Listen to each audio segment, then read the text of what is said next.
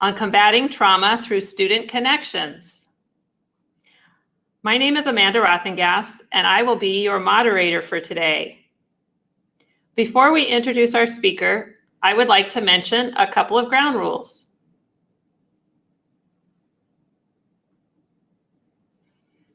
As a reminder, this webinar is being recorded and will be posted in 24 to 48 hours.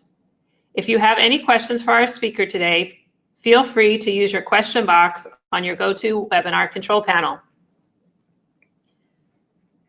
Now, without further ado, I would like to introduce our speaker, Mandy Manning. Mandy Manning teaches English to newly arrived refugee and immigrant students in the Newcomer Center at Joel E. Ferris High School in Spokane, Washington. In her classroom, Mandy uses experiential projects like map making to help her students process trauma, celebrate their home countries and culture, and learn about their new community. Mandy strives to create connections between her students and the community inside and outside of the school. Please join me in welcoming the 2018 National Teacher of the Year, Mandy Manning. Hi, everyone. I'm really excited to be here with you and to learn about working with kids in trauma. So we're going to start. I just want to start with a little introduction about myself. So I have been teaching for the last 8 years, well, technically 7 the last year. I've been traveling around as the National Teacher of the Year, but prior to that, I spent the previous 7 years working in the Newcomer Center, which is a specialized English language development program for brand new English language learners to our nation. So the students in my class come from all over the world. In Spokane, we serve 77 language groups, and we have students from almost every single continent on the globe.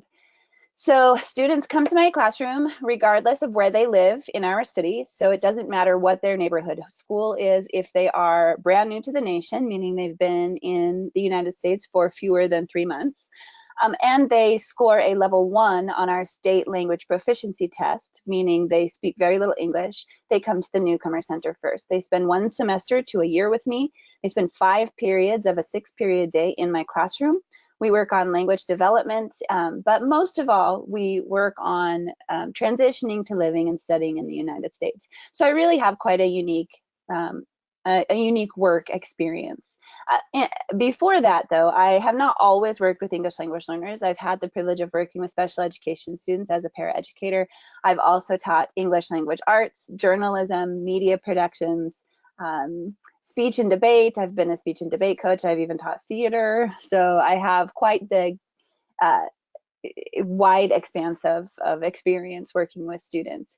So what we're going to talk about today isn't just in relationship to working with immigrant and refugee students, although students who come from other nations often have a great deal of trauma prior to coming to our classrooms, but all students. We know that we're seeing an ever-expanding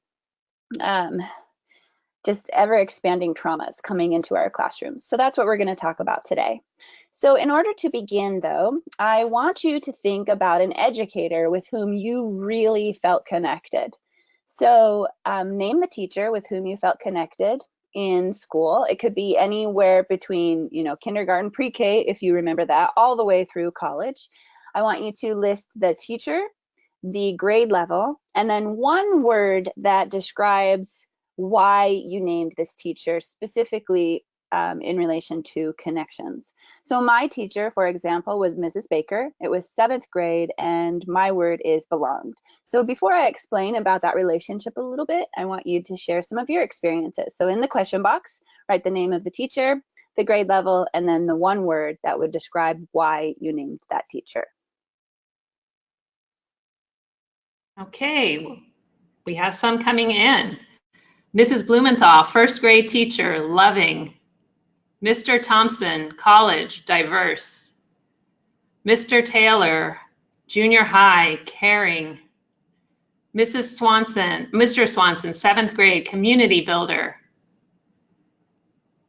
Mrs. Olson, 3rd, 4th teacher, supportive. Miss Jackson, 3rd grade teacher, patient. Bob, flight instructor, patient. Dr. Waters, college, made algebra understandable. Mr. Beasley, 10th grade, challenged, and Mr. Scott, passionate. These are amazing. Um, I I'm noticing a lot that the words are really around the feelings that a teacher provided for you as a student, because oftentimes we talk about the importance of our content and all of that stuff. And so I just wanted to address one of the ones. Someone said that they made the math understandable and made the content understandable. And I would venture to say that that is because that teacher was really connected with all of the students in that classroom, really saw students through their assets, and really understood how to make that input comprehensible for kids. And it all starts with connections. So my educator was Mrs. Baker. Mrs. Baker came into my life at a very, very rough time. I had just moved to a new state, a new city. It was like the fourth time that I had moved in fewer than 2 years. And so I was coming into this new experience, middle school. I didn't have any friends, and I was riding the school bus for the first time. So it was really difficult. And Mrs. Baker happened to be my first period teacher. She was my English teacher. And the moment I walked into her classroom, I knew that she saw me, that she heard me, and that I was important to her. She made me really realize that I belonged, and not only that I belonged, but that I could be and do anything because she believed in me so strongly. And so as we go through this webinar today and we talk about trauma and we talk about connections and how important it is to see our students, I want you to think about that educator and think about that word. And I hope that you remember some of the words that we heard. We heard supportive, we heard loving, we heard the word that I used, belong. We heard made it understandable. We had created community or was community builder. All of those things, I want you to think about those things in reference to connecting with students. So the first thing is that connections with kids really starts with us. Oftentimes we think that we have to know all of the kids and where they're coming from and all of this, but in order to even be open to that, we have to think about who we are and how we interact with the world, because connections ultimately begin with us, and that's in every realm of our lives, but it's particularly important in our classrooms. So the elements that impact our perceptions and how we interact with the world the most are first our experiences and second our social groups. And really those might actually be switched because our social groups kind of dictate what our experiences are. And this is really where we're looking in a mirror at ourselves. So I don't know about you guys, but whenever I go into a bathroom, I always think, oh, I need to look in the mirror because I need to look at what I look like. But I often forget because at the end of the day, I'm a 43-year-old woman, do I really want to look in the mirror? No. I don't know if that's good or healthy or whatever, but it's really hard to do, right? Because we have this tendency as humans to look at ourselves and see the different things that are maybe wrong. But so looking at what we're going to look at right now with self-reflection can be even harder because you're not just looking at a mirror of your reflection. You're looking at a mirror that's telling you all the things that are going on inside of you. And that can be really difficult. It's something that we don't like to do as educators, but it is essential in order to be able to be open to the different ways of thinking, being, and doing that come into our classrooms every single day. So I'm going to put this into context for you. So this is the work of self-awareness and self-reflection. So this is definitely not an exhaustive look at social groups, but here's some of the major social groups that we often talk about in reference to other people. And we don't always talk about who we are, where we come from, and how that might impact how we are interacting with the world and with other people, and particularly with our students. So I want you to take a minute, just independently, don't do this in the question box, just do this, like I have a little piece of paper right here. You're just gonna write down very specifically where you fall in each of these categories. So like for age, I'm gonna write down 43. And ability means disability or extra ability or whatever. I like the word ability better than disability. So it could be a gifted thing, or it could be something that is challenging. Race is specifically just the color of our skin. Ethnicity is what ethnic group we would connect ourselves with. Indigenous membership, that's if you are part of a Native community. Social class, that's where you lie. Middle class, upper middle class, affluent, or living in poverty. So sexual orientation, this is if you're gay, straight, all of the different sexual orientations that we have, gender, gender identity, and nationality, national origin. So I just want you to take a minute to categorize yourself just independently at your desk. You don't share these things. So go ahead.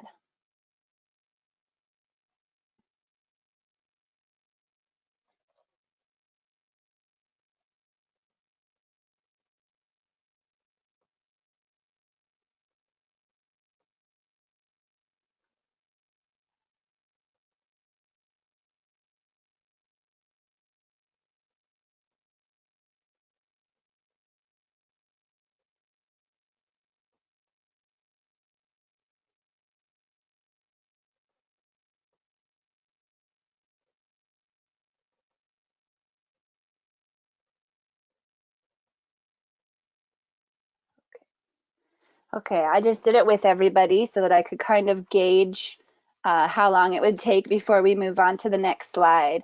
But as you are doing that and you're writing them down, I want you to be as specific as possible. And I also want you to recognize that sometimes these things change. Like social class in particular, you might have grown up in one social class, but now you are within a different social class. And so some of those things are going to change how you interact with the world. But I also want you to recognize as you're making this list, I want you to think about how those different social groups might have impacted the experiences you've been afforded in your life or not afforded in your life. And then also how they impact how you view other people, because I think that that's really important to think about. And it leads me to the next element of today.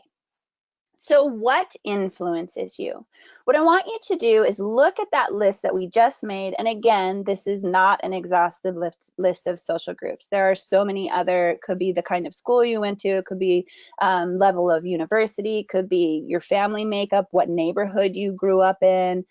There's so many things that impact, but we're just going to focus on the ones that I listed today. So I want you to pick the 3 social groups which most impact your perceptions and how you interact with the world. So I'm going to give you an example of myself. And I want you to be very, very specific. You can't just say gender, age, and race. You have to actually state what they are, because when we name it, we then recognize it and we can actually think about how that particular social group is impacting how we are interacting with someone who is different from us. So for me, the fact that I am female, the fact that I walk through this world as a woman definitely impacts how I interact with the world and how I view other people. And my age, I'm 43, so I'm nearing middle age. Some people would say I'm middle aged. And this is tied very closely with being a woman, because as women age, they tend to become more invisible in society. They're often listened to less. And all of those things. And so I'm beginning to experience that, and it's really impacting how I interact. And then the fact that I am a white woman. I think being white is something that we don't often think about, because when people talk about us, they don't often reference, like as a white person, they don't often reference the color of my skin, which is very, very different from many other people in society. And so I walk through life in a very different way than someone who has a different skin color than me. And I think that really, really influences how I perceive the world and how I interact with people. And so those are my examples. So just briefly, in the question box, just list the 3 that impact you the most. So for me, it's female, 43, white. That's all you're going to write. Those, just the 3 that influence you the most. We have some coming through: straight, white, male, female, Catholic, Latino, female, white, queer, ethnicity, gender, male, education, female, Black, educated, gay, Hispanic, Hispanic immigrant, Catholic, Hispanic, middle class, female, age, white, male, 68, liberal, Black, female, middle class, female, Baptist, Black, minister, Christian, American, female, female, 29 years old, US citizen, male, 71, Native American, biracial, middle class, first generation college student, Latino, female, white male, progressive, getting darn old, female, Christian, white, a few more here, female, American, straight, female, 51, Christian,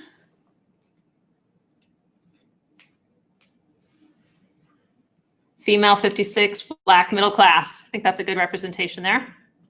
Yeah, that is amazing. So I just want you to note really quick, how what a vast array of social groups we have represented right here, just within the 137 attendees that we have with us right now today. And just imagine, there's hundreds more people signed up for this webinar who are going to view it later, and to just know that we are interacting with human beings that are vastly different from us, that are affiliated with different social groups, and who have had a wide variety of experiences that impact how they're going to interact. And so the only way that we can control our interactions is to know ourselves, because we have to recognize that in any interaction, we are a participant. So it begins with us. So I want you to think just on your own for briefly, maybe you could write a sentence at your desk. How do these affiliations, these social group affiliations, impact your connections with the students in your classroom? And then after this, I'm going to talk a little bit about that. So just for a moment, just think at your desk, maybe write down one sentence about how this impacts your connections with students. And we're not going to share that with each other, but I'm going to give you just a couple of minutes to do that, or 1 minute.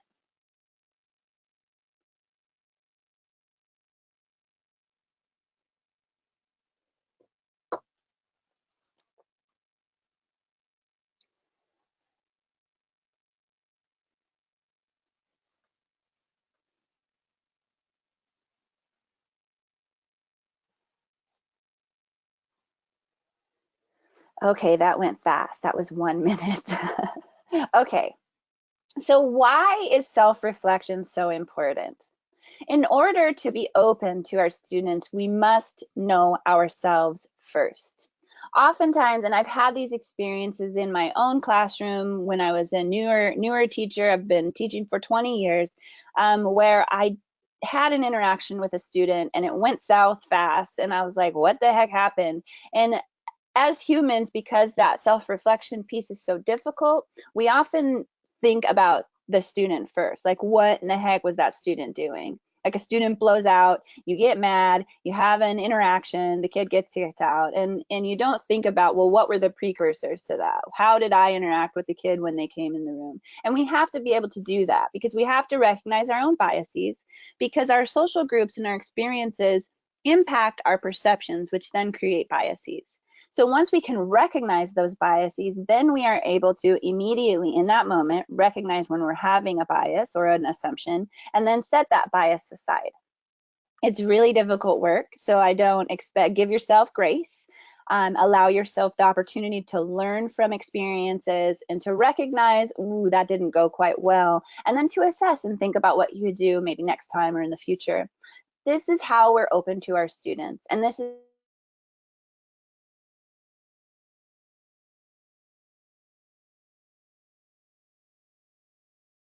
in order to be able to teach every student, we have to be open to different ways of thinking, being, and doing. And so that was just a small piece of self-reflection. It's really hard work, and it's much larger than what we just talked about. That was essentially the first lick of the ice cream cone. So we just are beginning that work. But any relationship begins with, and connection begins with, a look at ourselves first. So now let's get into the actual, I mean, that was very meaty. So let's get into the second meaty portion of what we're going to talk about today. So working through trauma. The reason I started with self-reflection and knowing ourselves is because connections are paramount to being able to work with kids who are experiencing trauma, whether they're currently experiencing it or they have experienced prior to coming to your classroom. Maybe their situation now is very stable, but prior, like 2 years ago, they had a traumatic experience happen that caused them trauma. We have to be able to have connections with our kids. It's the most important piece. And that's a student to teacher connection. So that's our direct connection with our students, but also helping our students have student to student relationships. So trauma is a barrier to connection and it's a barrier to learning. And trauma does not have to be a barrier to growth and positive outcomes, though, because we often think about trauma, especially now because we're becoming, trauma informed and we're beginning to develop all of these different strategies and things around working with kids living in trauma or who have experienced trauma. And we often talk about the barrier to connection and the barrier to learning, but we don't always talk about how you can actually overcome that trauma to have positive experiences and to grow. So what we're going to do is I want to start with looking at the traumas that we're seeing in our classrooms. So what trauma are students facing today? I want you to list 3 traumas you see in students right now. So a couple of the more obvious ones are homelessness, kids who are living with home instability, and then drug addiction. So what are some of the other things that you're seeing coming into your classrooms? Let's just list some of those right now in the question box. Living in a shelter, abuse, parent in prison, divorce, foster care, loss of a parent, grief, sexual abuse, refugee status, immigration from a war-torn country, drug-addicted parent, violence, isolation, previous domestic sexual assault, racism, abandonment, parents incarcerated, low-functioning parents, loss of a parent, parents are deported, military parent deployed, bullying, loss of a sibling, natural disaster, neglect, emotional and physical, language barrier, a few more here, lack of identification of disabilities, no supervision, terrorism events, food insecurity. Yeah, so many things, right? It's just incredible what our students are going through. And I just want to note here that the fact that students are showing up to our classrooms actually shows a great deal of resilience, because we often talk about how when students are living in trauma, we need to increase their resilience. And I actually think that we need to give honor and respect to this whole idea that students are getting up and they're coming to classroom, even though they're having food insecurity, even though they maybe didn't sleep in a safe place, maybe they slept in a car, maybe their parents are addicted to drugs, maybe one parent is incarcerated, maybe they're in a foster home and it's the 5th one that they've lived in.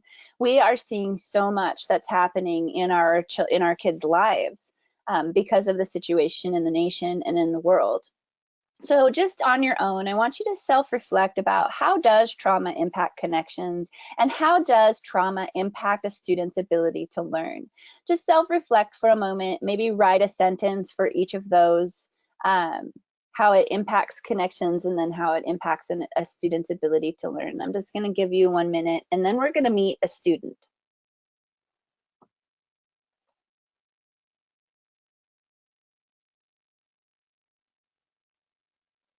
So while you're doing it, I'm going to go collect my student and because he's going to tell you his story. So hold on just a minute.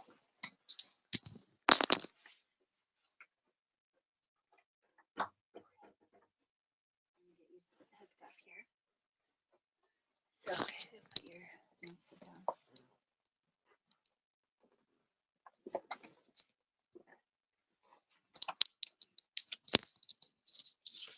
Okay, I'm gonna have this right here. All right, so I just want you to meet Hussein. So this is Hussein. He came to my class in 2012 as a refugee from Iraq, and I'm gonna have him tell you a little bit about his story. Let me set this timer for you. Okay, ready? Yeah. There you go. Hi guys, this is Hussein Al-Khazraji. I'm from Iraq. I grew up in Iraq just as a normal kid. Things were fine. Everything, even the whole country was doing good until the war happened in Iraq and things started going bad. Like people had no electricity. We had no. Uh, People had way less money. There's a lot of things were going bad. So people started getting mad at each other. People started stealing from each other. Just things went bad in general, and there was a lot of killing and bombs, and there's just so much going on. So my dad was a sergeant and he worked for the US military. He was threatened to be killed or he quits his job. So he didn't quit. He wanted to provide for his family. But they actually came after my dad and killed him and shot my dad and me. I survived. My dad died with his friend. Um, After that, I decided to still work for the US military and get out of Iraq. That's how I came to the US. Got to the US. Actually, before I got to the US, I applied for me and my brother. My brother had seizures and epilepsy, so he died 10 days before he came to the US. And I still came after he died, like a month after he died. I've I've fled Iraq by myself and came to the US in 2012. Um, Experiences I had first in the US, I lived with a family and there were some mental problems, and I went to Ferris High School at the same time. I was learning English. There was so much I wanted to learn. In a very short time, I had 1 year to go to school and learn as much English and as much education as I can get from Ferris High School because I only had 1 year. I was 20 at the time. Um, what I needed when I first came to the US, specifically at school, I needed education. I needed to do hair because I was already a hairstylist in Iraq. But then my teacher recognized my skill. She helped me get to school, even though I didn't believe I can make it because it was just a lot of English, a lot of chemistry and physics and math, all in English, and I could barely speak any English. So she made me believe in myself. She put me through the school. She got me enrolled. All of a sudden, I'm at skill center, and after that, I was I went to cosmetology with my teacher's help, and every day would do my homework. She would help me, of course, every day, and she made sure that I go to school and graduate on time, and I got the best job ever now. I am where I am today because of my teachers. Um, my teachers really made sure that I make it in life, not just in school, not just do my homework. My teacher made sure that I make it in life. I am at a very good salon today. I I make music in English. I'm speaking English to you guys now, and I'm happy where I am today. And she is like my Mandy Manic is like my mom today. I really consider her my mom. And I love my teachers. They helped me a lot. I am where I am today because of my educators. And what else do I got here? What helps you get to? Yeah, I guess we're good here. Yeah. Say thank you. Thanks, guys. Thank you, Hussein. Okay. Okay, so that was Hussein. He's amazing and lovely. I stood outside and listened to him. He's so sweet. Thanks, Hussein. Okay. So We're you getting can some see thank there. yous from our audience. Thank you for sharing. Yeah. Thank you for sharing your story. Thank you, Hussein. Yeah, I'll let him know. And he's such a amazing. He's been to several events with me this year, and so he's really got an incredible story. And I think that he's such a great example. There you can see he cuts my hair. That's him at his salon. The first picture is him on when he was very first in our classroom, and then that was a couple of years ago when he first cut all my hair off. But I think Hussein is a really good example of uh, what happens. So kids come into our classrooms with some trauma, and his was extreme because he experienced the death of his father, the death of his brother, and then when he came to the United States, he also experienced homelessness because the situation that he came into living here in the United States didn't work out. And so about midway through that year, he also became homeless. And so we had to really think about what Hussein was bringing with him, because if we had just focused on that trauma, that experience that he had, that we would have come to him with more of a pity because he had 1 year. He did not have transcripts at that time. So we could have easily just, our assumptions about older students, our assumptions about what he could accomplish could have dramatically impacted how we served him. But instead, when he came into the classroom, we recognized the assets he was bringing with him, despite the barriers that his trauma and his experience were bringing with him. So that's part of it. In my classroom, I really focus on having an asset mindset because every single one of my kids is coming with deficits. Every single one. They're 15, 14 years old, sometimes 20 years old, and they speak little English. So I could just really focus on, ooh, you know, they're really behind, we need to hurry up. But instead, I think about, well, what are all of these kids bringing with them? And this was the case previous too. Before I started teaching English language learners, when I'd have a video student or I'd had a student in my English language arts class, I taught in the Bronx for English language arts and journalism. And I couldn't just think about what the kids were not bringing with them, because I would have felt like I didn't have anywhere to go. I had to look for the things that they were bringing with them, and that's what I did with Hussein. So he brought with him the skill of being a barber for the United States Army. So we really thought creatively and got him into cosmetology school. And I always made sure that during our class, especially in that first year, just coming from the experience of journeying to the United States and the trauma that they experienced doing that, I have to keep things positive. I have to make sure that every unit that we are doing in our classroom really focuses on the positive things about where they're coming from and the experiences they've had, because I would never want to cause a student to re-experience their trauma.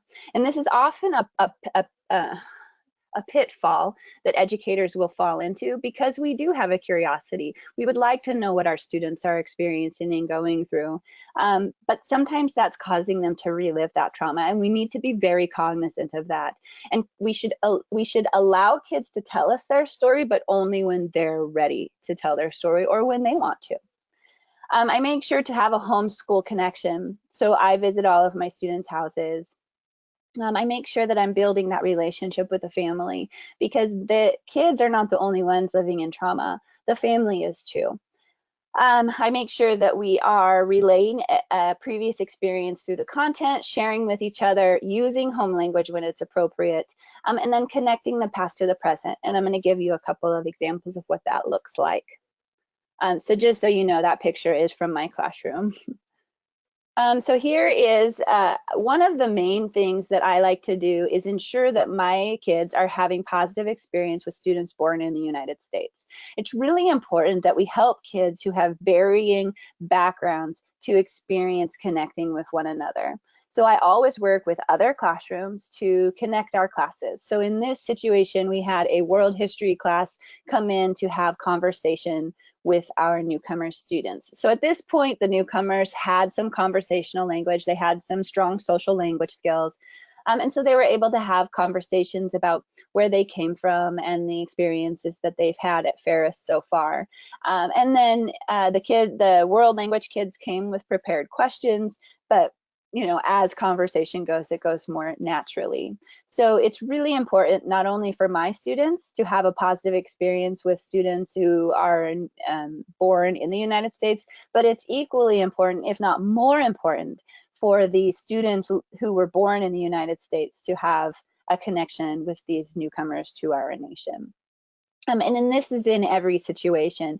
You can connect classes. Doesn't have to be English language learners and US born students. It can be any different kinds of, you could visit schools across town. And then this is the map making project. One of the things that I really try to do in my classroom is connect previous experience with what they're learning right now. And I really like to keep it very positive. So what we do in this particular situation, you can see they're building a map on the floor so that they can practice directions. Sometimes I have in my classroom physical disabilities that prevent us from being able to leave the classroom. So ideally, I take the kids outside of the classroom and they create a map of the neighborhood. But when I can't do that, we make a map of the school, and then we also create a street map on the floor of our classroom.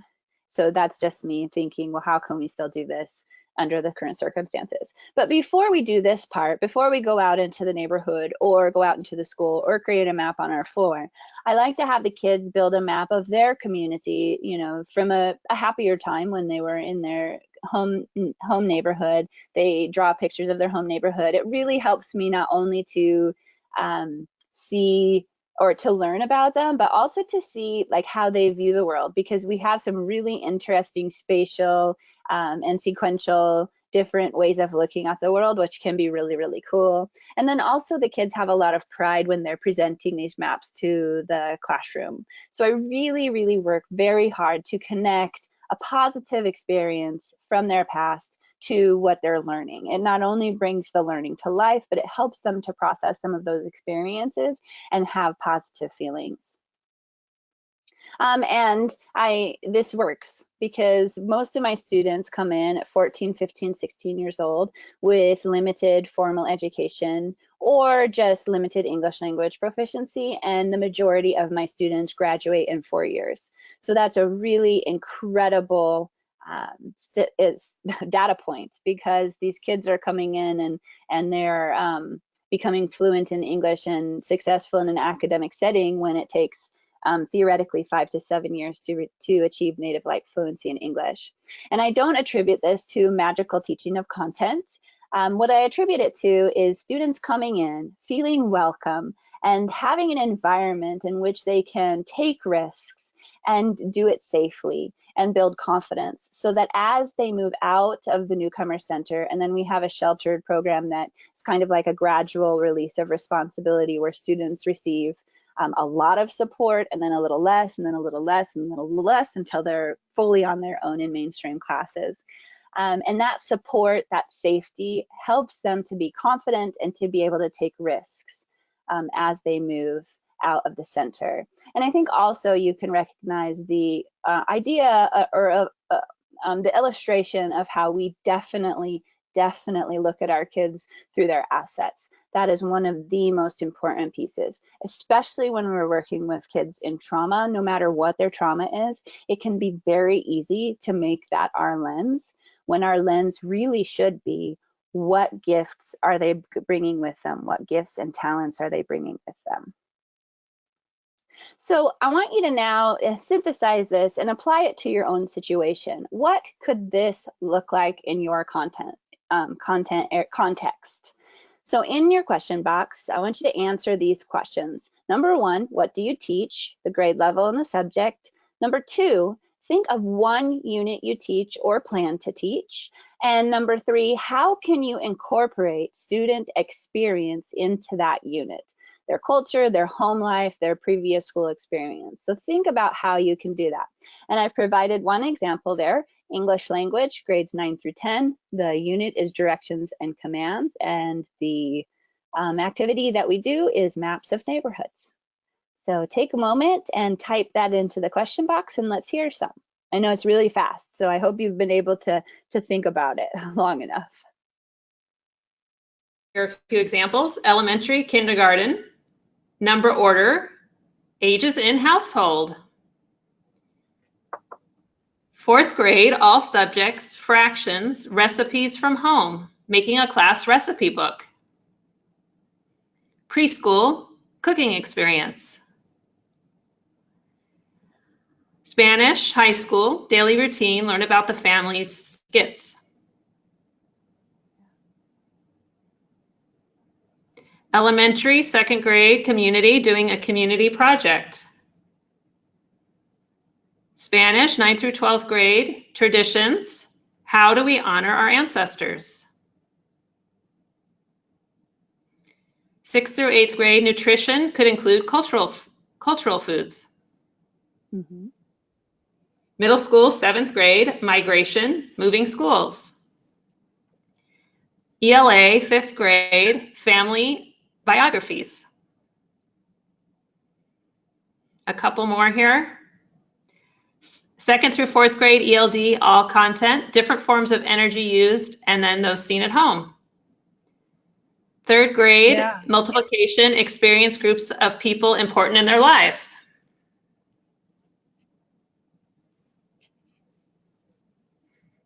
Yeah, these 5th are grade, really good. yeah, 5th grade, math and science, ecosystems from around the world. Yeah. These are 6th really grade, good. yeah, so many. 6th grade, math, dividing fractions, family recipes. I think that's a good flavor, but we have a wide variety there.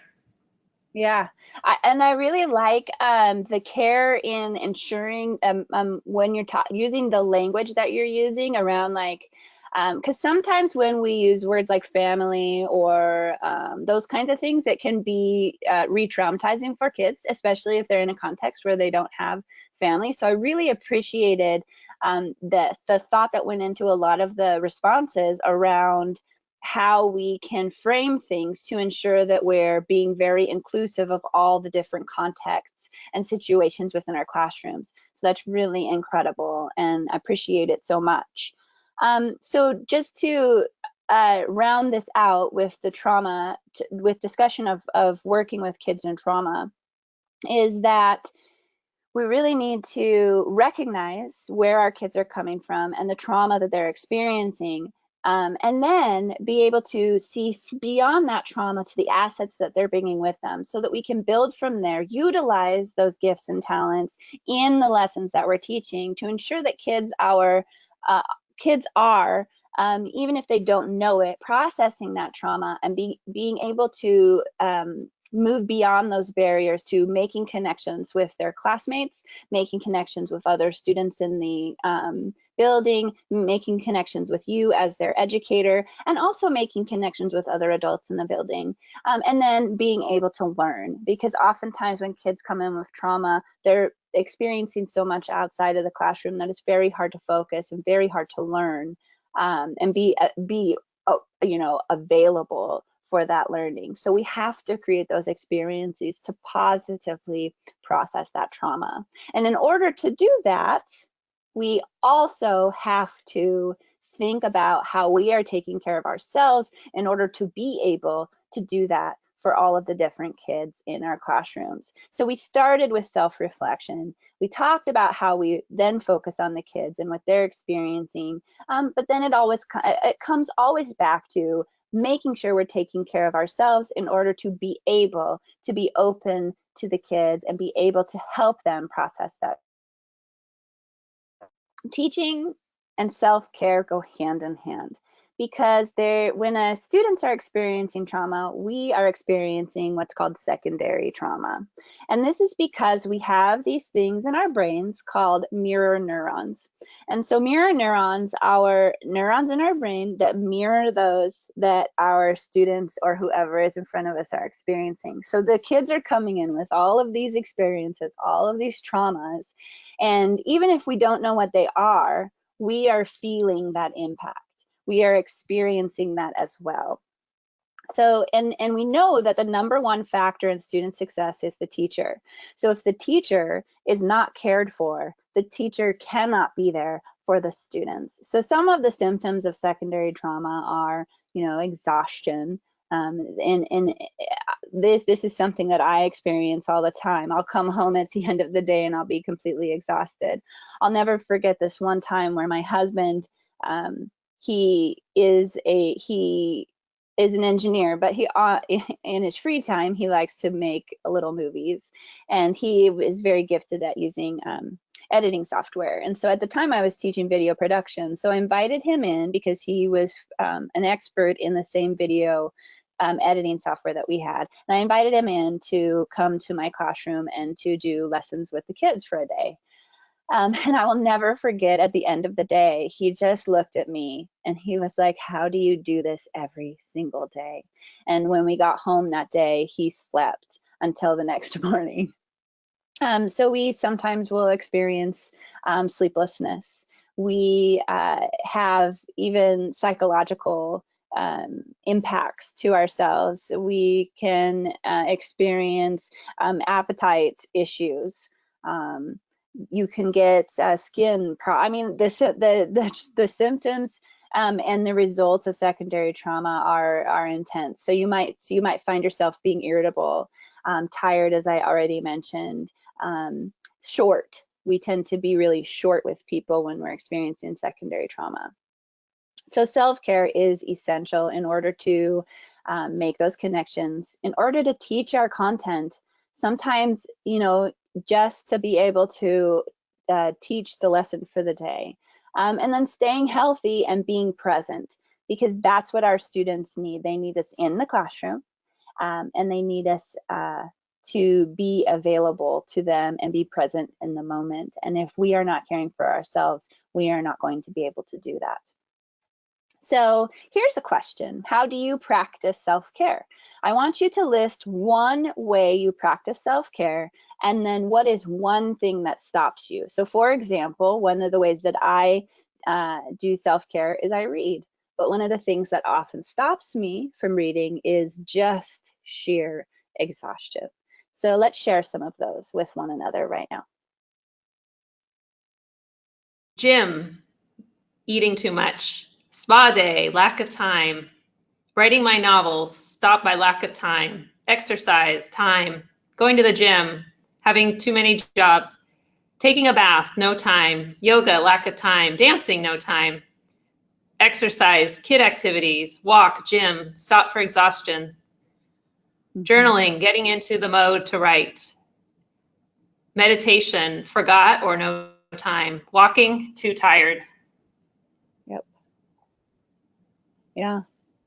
I think we could probably go on and on and on about the barriers to self-care. And it's always like with me, I'll tell you with me. So I'm absolutely the worst at self-care. And it's been particularly bad this year as the National Teacher of the Year. I think there's often this perception that the National Teacher of the Year gets a break from teaching and gets to travel all over, but it's grueling. I just was in 3 cities in 5 days, and that's very indicative of my entire year. So I'm constantly on the road. I'm not available for my family, and I also am not available for my students. I can't tell you how many times I didn't have to teach this year, but I'm still very connected to my school and very connected to my classroom. And so there was this additional stress of not being available for the people in my school and my students.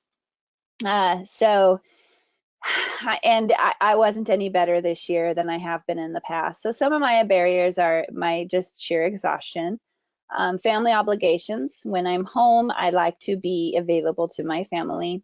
My student needs. I have tremendous needs even outside of the classroom. We do homework center. I've helped move kids from one home to another. I do my home visits, which take time outside of school as well.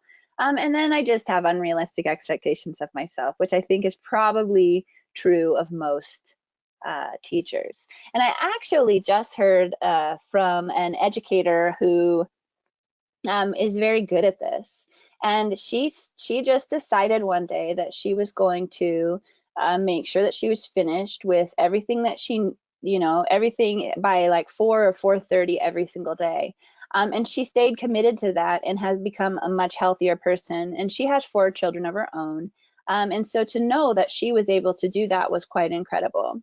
So some of my strategies for overcoming the barriers, because I heard a lot of you talking about the lack of time. And I think lack of time is just our unwillingness to give ourselves that time. So I actually schedule for myself time for self-care. So one of the most recent things that I have been doing for self-care is playing the piano. I learned how to play piano when I was younger, and I always wanted to take it up again. And so this past year, I decided to take up the piano again. And I find that if I'm sitting at the piano and I'm learning a piece of music, it shuts my brain off for a little bit, and I'm not thinking about all of the different things. I'm not thinking about my students. I'm not thinking about, you know, the woes of the world, because I do that all the time. And so, I make sure that I give myself at least 15 minutes, sometimes longer, because I find myself, once I really get into it, suddenly I've given myself 15 minutes, but I've taken half an hour, and it feels so good. So I actually schedule the time. And then I just really do commit to, this is the amount of time I'm going to spend on this activity. This is the amount of time that I'm going to spend on this activity, so that I make sure that I have time for those self-care things. And one of the other commitments I made this year was to really spend quality time with my little boy. You can see him there. He is 7 years old, and we now have scheduled mom and son dates. And we do a lot of really fun things. And when I am doing those things, I totally disconnect from social media, and I just focus on being with my son. And it is really a gift to myself to do that. So I want you to make a commitment. Right now, I want you to write in your question box, what is one self-care activity to which you want to commit? How often will you engage in this activity? And when will you start? So write it down for us, and then I want you to later write it on your calendar.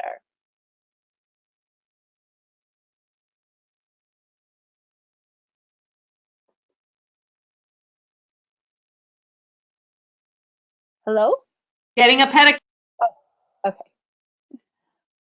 Sorry about that. Getting a pedicure once a month, the beginning of July. Exercising at least 3 times a week after school. Practice guitar daily for 20 minutes. Listen to music on the way home. More mini vacations. Massage once a month. Spending each individual time with my children. 30-minute walk after dinner every day. Yoga weekly. Reading a new book as often as possible tonight. Going to the gym, getting up early, go 3 times a week. A really good range of activities our group has committed to. That's awesome. So now just make sure that you follow through with that, because that's a gift to yourself. Because at the end of the day, classroom connections begin with bookends. They begin with self-examination and self-reflection, knowing where you're coming from. And then you have to know your kids, but you also have to take care of yourself and make sure that you can be there for your kids and know your kids. Helping students in trauma, it begins with connections, having an asset mindset, really thinking about the gifts and the skills that the kids are bringing with them, and then positively accessing prior experience. But you have to reflect, and you have to take care of yourself too. I so appreciate it being here with you today. And do you have any questions? We have time for a few questions, so if you have any questions, please do not hesitate to write them in your question box.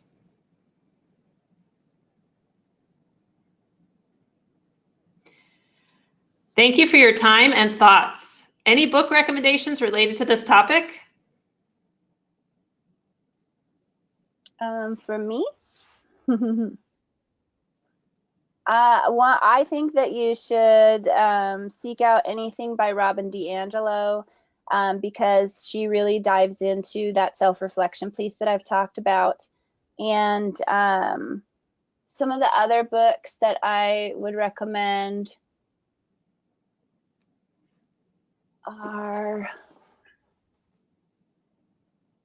Teaching Other People's Children. That's a really good one. So teaching other people's children, so that you can recognize how we have to step outside ourselves in order to be open to who parents are sending to us.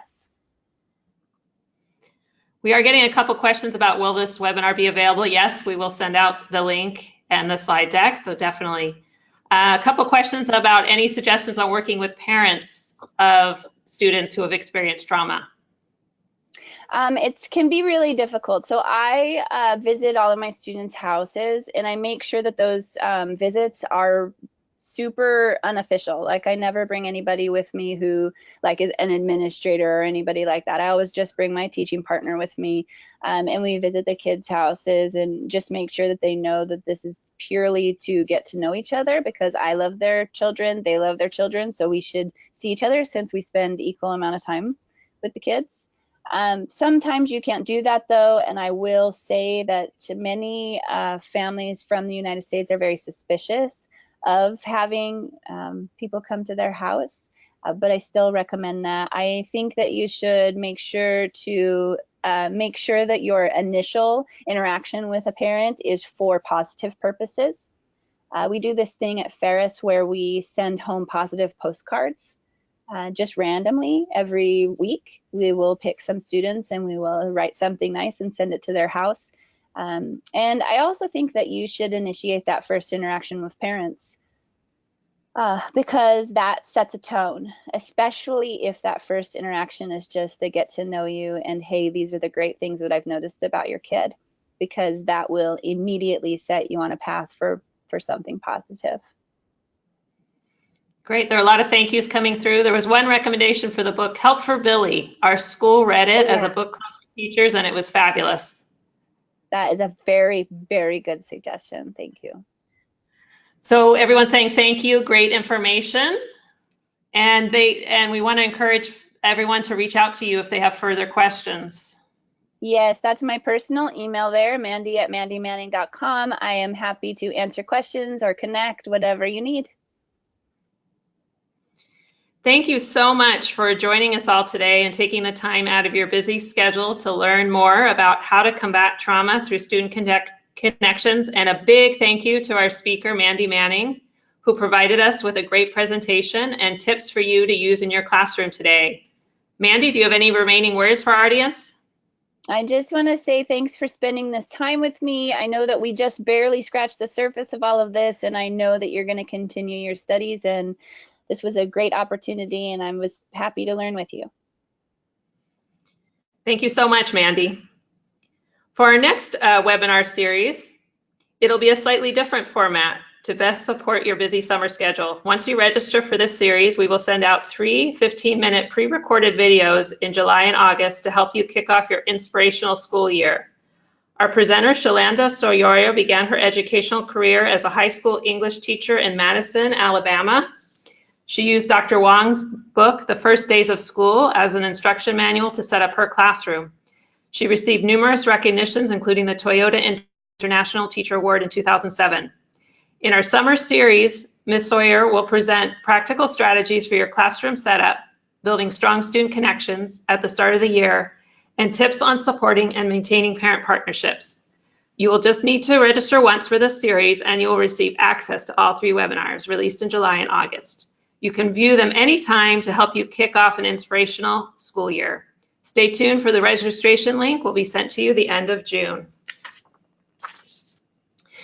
Now, once this webinar comes to a close, a survey will launch on your screen. It's very short, and we would greatly appreciate your feedback. We do read your feedback and take your responses seriously. To this day, your responses have helped us build more successful webinars. And with that, we look forward to seeing you at our next webinar.